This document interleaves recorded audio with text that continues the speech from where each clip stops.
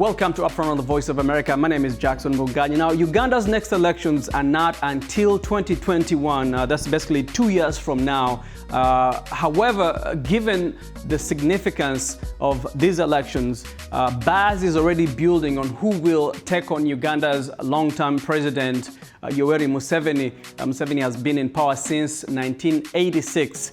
Now, recently, Ugandan legislator and musician Robert Kyagulanyi, also known as Bobi Wine, was in the US, where he held a town hall meeting with Ugandans here in Washington, D.C. He also met with civil rights icon Jesse Jackson, who he says draws inspiration for his movement, the People Power movement. Bobi Wine later told CNN that he is contemplating the possibility of challenging President Museveni in these next elections in 2021 under the umbrella of his grassroots movement, the People Power movement. Well, this question has come up so many times, and indeed many people have come to me calling for me to stand.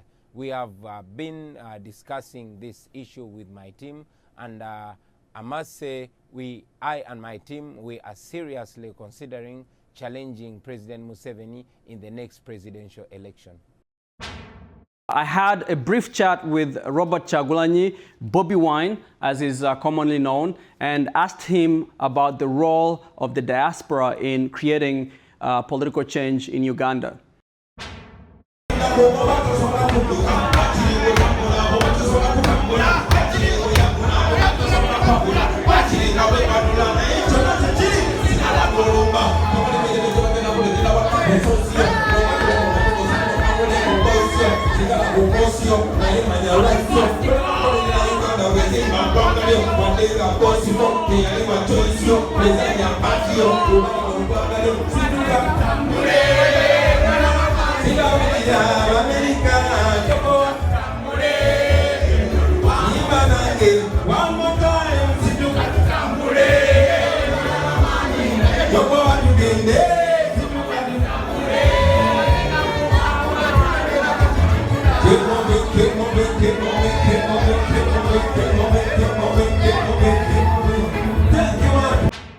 The diaspora has a great role to play in the politics of Uganda, like it has always been. You realize that all the liberation efforts in Uganda have been carried out from the diaspora since whenever Uganda has needed liberation, it has evidently been clear that there's no room to operate from back home. From inside. Exactly. And the case is similar right now.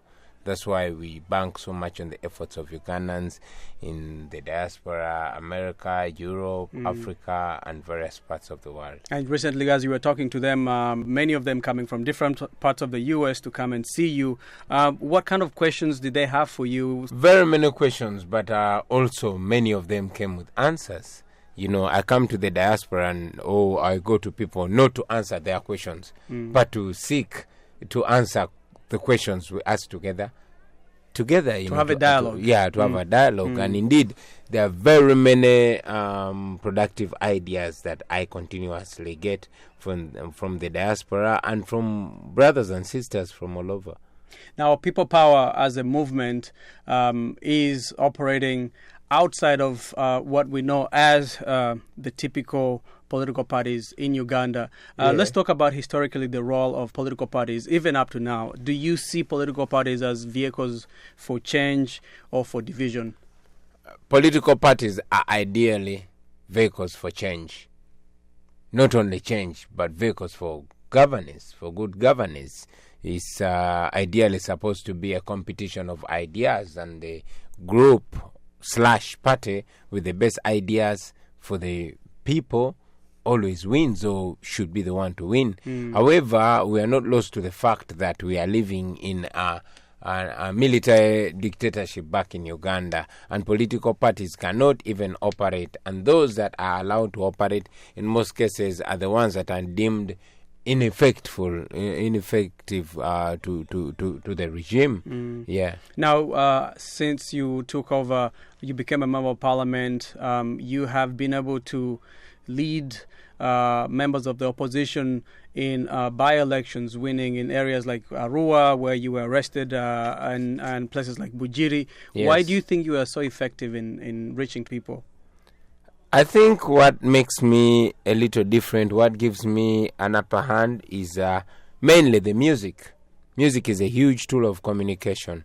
Having been a musician and talking about social issues through my music for a long time, and being a young person, and being fairly popular, I think that contributes quite a lot to the support and the connection that I have with the masses. You met with Reverend Jesse Jackson. What did that meeting mean to you? What kind of conversations did you have with him? It was amazing. Of course, I cannot have enough time to relay all the conversations we had, but it was massive. It was historical for me. You know, he's an inspiration. His team is an inspiration, and their movement was an inspiration. You see, our generation, unlike the Museveni generation, the Museveni group that draws inspiration from violent revolutions in the past, the Afrelimo and so on and so forth, we draw inspiration from peaceful revolutions, right. Peaceful, like the civil rights movement in America. Like the civil rights movement in America. Bobi Wine, Sure. Thank you very much for Thank you taking very time. much, Jackson, for having me, and God bless. Thank you, buddy. Cheers.